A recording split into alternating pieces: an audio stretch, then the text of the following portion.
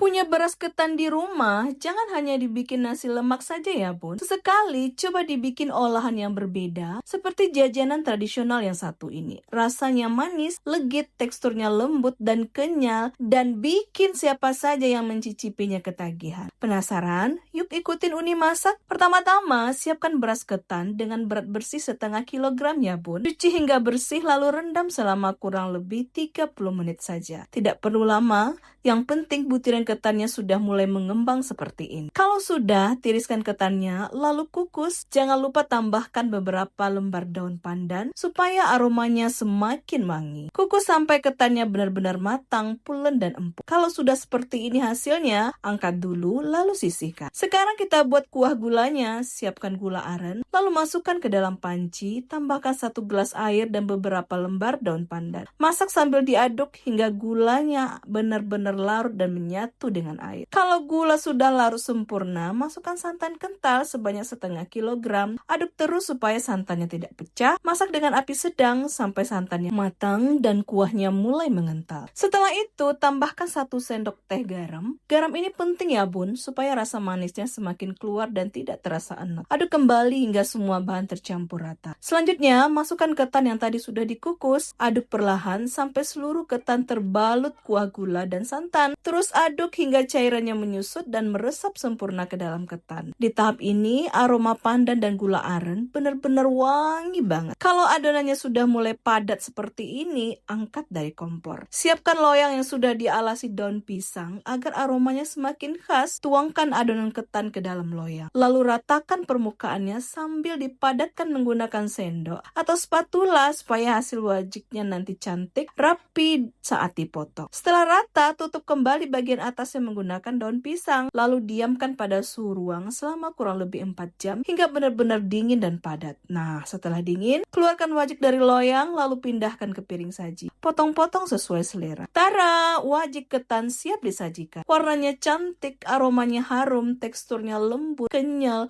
manisnya pas dan legit di setiap gigitan. Paling nikmat disantap sambil ditemani secangkir teh hangat atau kopi, apalagi saat kumpul bersama keluarga. Kalau Bunda suka resep sederhana seperti ini, silakan direkuk ya bun.